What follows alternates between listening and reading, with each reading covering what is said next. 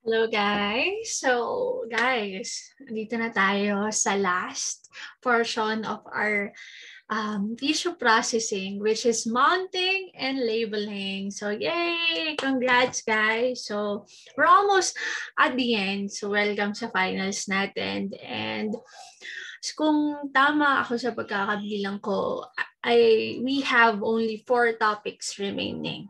Yan. So, congrats. Andito na tayo. So, this is very short at madali lang intindihin. So, class, hindi ba pinaghirapan natin i-process yung mga tissues natin? And now, we're ready to keep it for safekeeping and prepare it for, syempre, safekeeping and prepare it for microscopic examination. Yan. So, ang ganda-ganda. At special yung cover slip nila dito, guys, kasi pabilog. And most probably, pag ganito kaganda, this is mounted using automated cover slipper. Okay. Yan. So, we're finished, guys, sa fixation, trimming, embedding, ganito yung mga steps niya. Anyway, so guys, we are now in cover slipping. Yan. Nakita niyo naman itong mga slides na to. So, very important rin, yung floating out natin. When you're going to float out your tissue section after sectioning, is you have to place it in the center naman. Okay? So, asintahin nyo naman na yung tissue sa center pupunta. Okay? And most probably, guys, there are more than 2 sections in one slide. Minsan 3. Ayan, hindi lang isa. Para sure, so that the pathologist could see multiple sections. Yan. This is weird kasi isa lang siya. Tapos wala pa sa gitna. Yan, itong mga to. Pero yung mostly naman nasa gitna. Yan. And you could see, guys, most probably, ayan, I could see so much imperfection. This is a manual way of adding your cover slip. So notice, guys, na may syrupy, yan, syrupy fluid consistency na nilagay. And that is your mountant. Yan, dyan iikot ang discussion natin. So, on the final steps of our tissue processing. Yan. So, what is mounting? And under mounting, we also have the term ringing. The differences between, there are 2 types of mounting media. We have aqueous and non-aqueous. So, when we say aqueous, these are water-based mounting media, and non-aqueous or resinous, these are water insoluble. Okay, they are not water-based, and we also have labeling. How do we label yan? Ang gaganda oh. When it's already permanent, 'di ba? Ganyan yung mga end product natin, guys, ganyan kaganda. So guys, for mounting, so it involves a use of a medium, which is specifically a mounting medium. Yan. So class, so to give you an idea, class, ang consistency niya is like a newly opened nail polish. Yan. If you have a transparent nail polish, ganun siya. At wala akong transparent na nail polish. Yan. Yung consistency ng nail polish, guys. Ganon ang consistency ng ganito. Yan. It should be ganon yung consistency ng nail polish. Ang mounting media. Yan. So, hindi ginagamit na mounting media yung clear na nail polish. I'm just saying na ganon yung consistency niya. Okay? So, here, yan, manual yung pag-cover slip niya. So, what's the purpose? So, protects the specimen from damage. So, it's been a very long process, diba? From grossing to the tissue processing to cutting. And now, we need to protect our final product and to provide a maximum degree of transparency. So class, clearing makes your tissues transparent. Yan. However, guys, yan, to add clarity as well, yan, yung mounting media, yan, will also add on, will improve the refractive index of your tissue. Yan, it will reduce the bleaching or deterioration from oxidation. Yan. So class, exposing your tissues to elements, yan, kung naka-open air lang siya, it will bleach and oxidize. Okay? So para maprotektahan natin yan, to reduce that is we need to mount it. for permanent safekeeping and ease of handling and storage of slides. Okay, so upon storage, hindi nagdidikit-dikit, ganyan. The stain stays the same, hindi nagbabago. Because class, the slides, we keep it for a very long time. Actually, permanent keeping. Yan. Indefinite keeping. Yan. So, matagal, pati blocks class, indefinite keeping. So, tinatago natin lang matagal na panahon itong mga to. Okay? So, it's very important that they have to be stored properly. Okay? So, ganun, hindi siya mag-leak out during storage, hindi sila mag-didikit-dikit during storage, and so on. So, ganun ang purpose ng mounting. So, in mounting, you need a good mounting media. Okay? So, hindi, pag-mount, okay, mounting ang pinag-uusapan natin. So when we say mounting, we use a cover slip and a mounting media. So yung reason na ginagamit dito, class, it should have a refractive index close to the refractive index of glass, which is 1.518. Okay, ito yung refractive in. So kung one day you're going to do a research and you want to improve the current mounting media which are available, it should have a refractive index close to 1.518. Yan. So refractive index is the bending, diba? Refraction is the bending of light. Yan. So to reduce the distortion of light, para hindi siya mag-bend pa, yan. So it will not distort the image. Dapat close sa glass, 1.518. It should be colorless and transparent. It should not change the color of the stain. It should not produce artifacts like crystals. And it should not crystallize. Okay? So pag nakita na natin sa microscope, it should not affect our microscopy. There should not be cracking. So it should not crack our tissues and shrink our tissues. It should not dissolve or fade that tissue section. Delikado yun, no? Dissolve. Yan. Diba? Baka sobrang tapang nung chemical, it has dissolved the tissue section. It must be miscible to the clearing agent like saline that we use and completely permeate and fill the tissue. Okay? So it should fill the interstices, the cavities of the tissue kung meron pang mga butas-butas, microscopic holes, and does not leach out any stain or affect the stain reaction. So it does not bleed out, diba? The stain, di ba kunyari pag may ink sa papel tapos nabasa, di ba parang nagbi-bleed out yung ink. So, ganun na rin sa mounting media. It will not bleed out the stain. It will not leach out the stain or form reactions. So, or form products, class. So, kunyari, pink yung color ng tissue. Yan, dahil nung nalagyan ng mounting media, nag-react dun sa stain, nag-produce ng ibang kulay. Okay? It should be inert. Yan, hindi siya nagre-react. It does not change the color or pH. And resistant to contamination of microbes. Okay, so after 2 years, binalikan natin yung slide natin.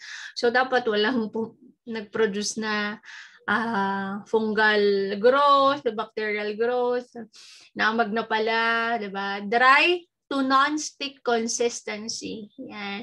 And harden relatively quickly. Yan. At some point, dapat madaling tumigas. Hindi masyadong matagal. Okay.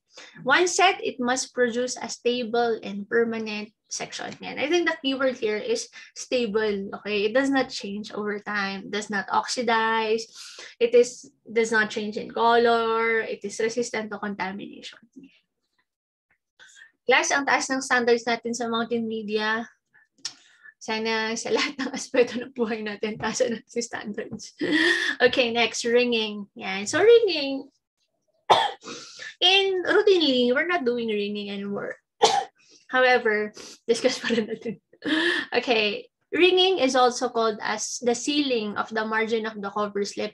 So, once you have placed your mounting media and your cover slip, para lang extra protection. So we do ringing. Yan. We seal the corners, the edges of your cover slip. Yan. So it prevents the escape of your mountain. Yan. Prevents the evaporation if it's not drying correctly. Immobilize the cover slip so it will not move and prevent the sticking together of the slides upon storage. Yan. And we have two types of examples of ringing reagents. We have chronic cement. Yan. So this is formed by adding 2 parts of paraffin and 4 to 9 parts of powdered colophonium resin. Yan.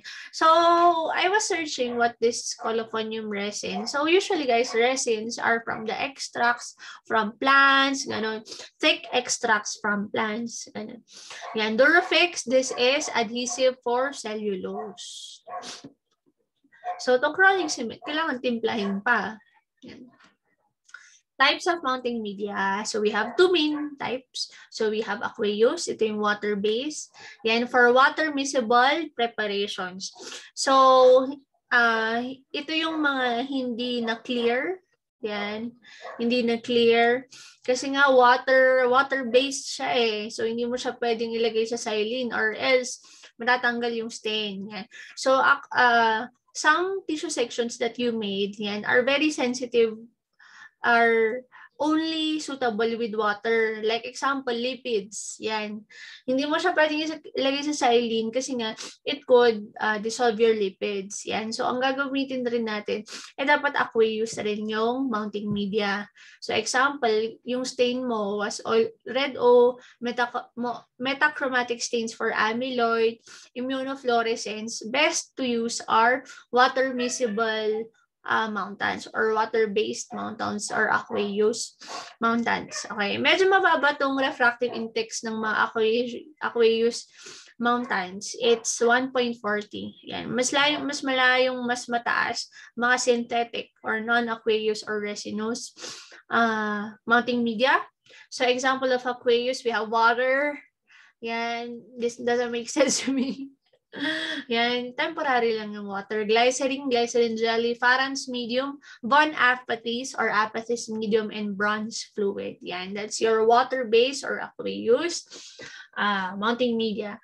So class, mas dinadagdagan daw ng sugar, ganon. So if you're going to invent a mounting medium, aqueous mounting medium, add sugar daw. Yan. So, yung malalaman natin as we discover the ingredients, class, gum arabica.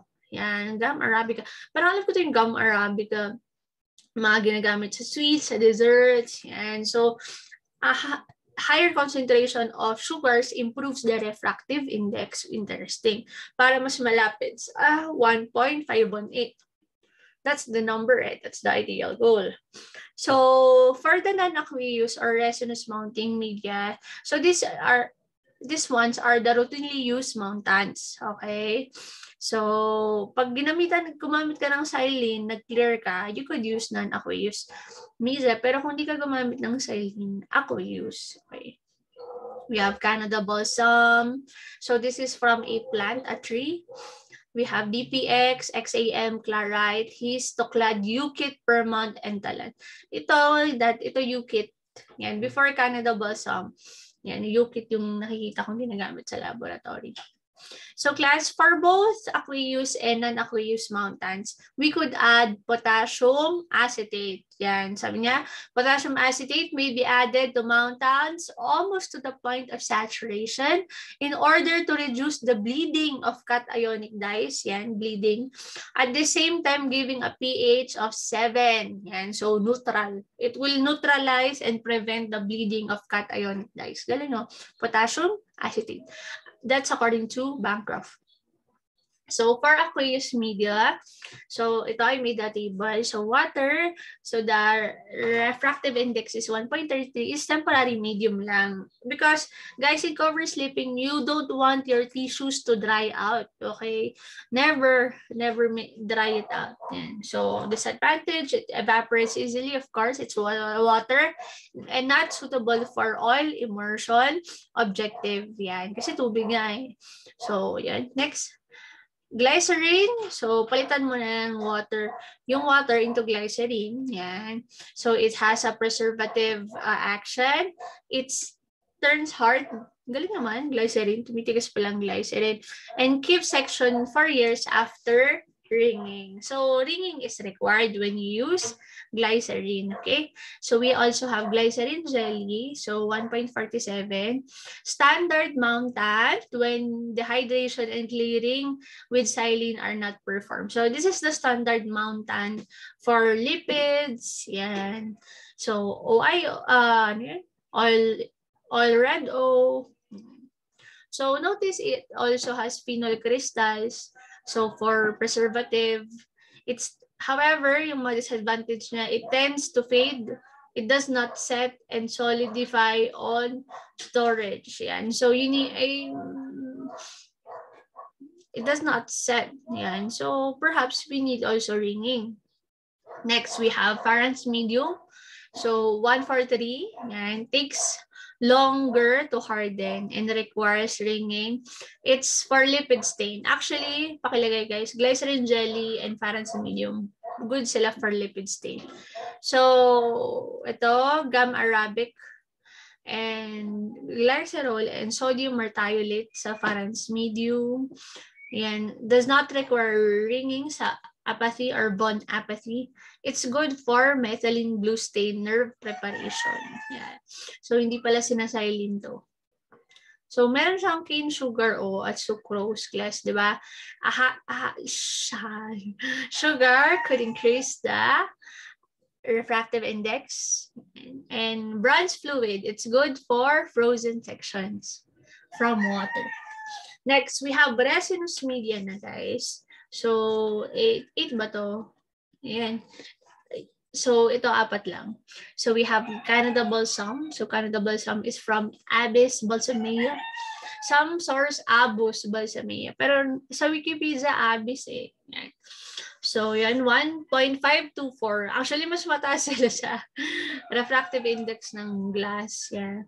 So, used for whole mounts and thick sections. However, Canada balsam darkens with age and oxidizes. So, you have to replace it. Making it oxidizes silane, making it acidic. So, its normal color should be transparent and colorless. We have DPX. Yan. It is suitable for small tissue sections. We have XAM and clarite for permanent mounting. Yan. Clarite could be diluted with to 60% using silane and so on. So just an example, mamay mo colorless. Itong Canada balsam, in small portions magiging colorless siya. So we have DPX, ito, clarity, I don't know if it's the same with clarite. So class, pag Canada balsam, yung ginamit na mounting media, so notice the transmission of light. Yan, walang distortion, dire-diretso. Unlike if water is the mountain that they use, there's distortion. Hindi smooth yung pag-flow ng ilaw. Yan, in the microscope. So steps on cover slipping. So work on a clean and flat surface. So make sure there are no lint, walang mga dust around you. Yan. So check the consistency of the mounting medium. Baka luma na pala, palitan muna. Check the mounting medium. Drop as sufficient drop of mounting media. So, magre-rely ka sa experience. Yan.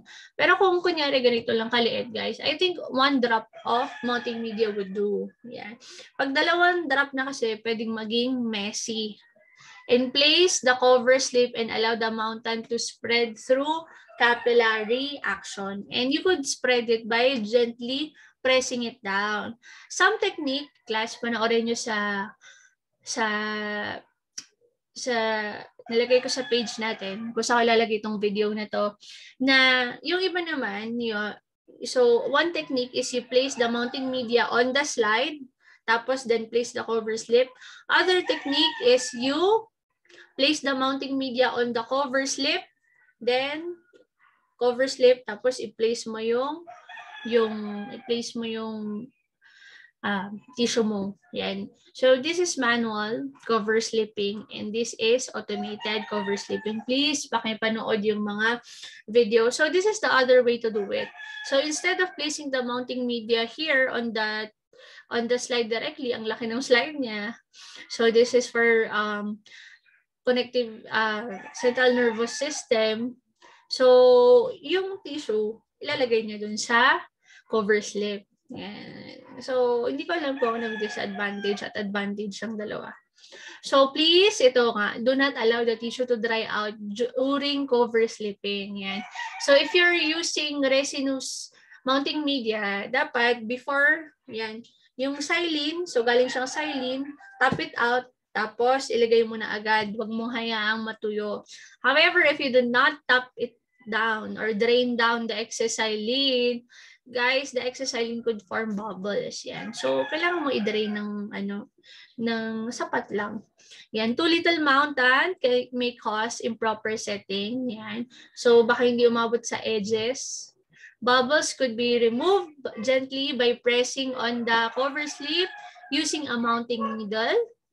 And if the bubble could not be removed, yan, soak it back to silene and remount. Okay? Since soluble naman yung mga resinous mounting media sa silene, isoak mo sa silene. At least, di ba, may second chance.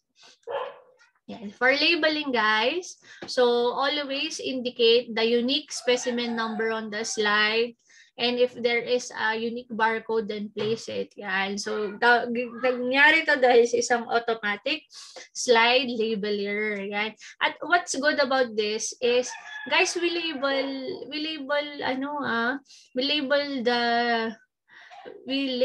it during staining. So, these labels, guys, are resistant to silene, resistant to staining. Yan. Silene resistant. Nakalagay.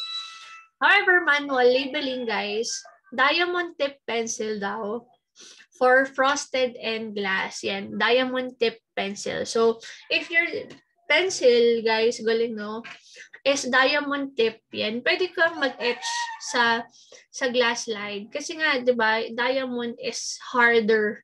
So, kaya niyang i-scratch ang glass.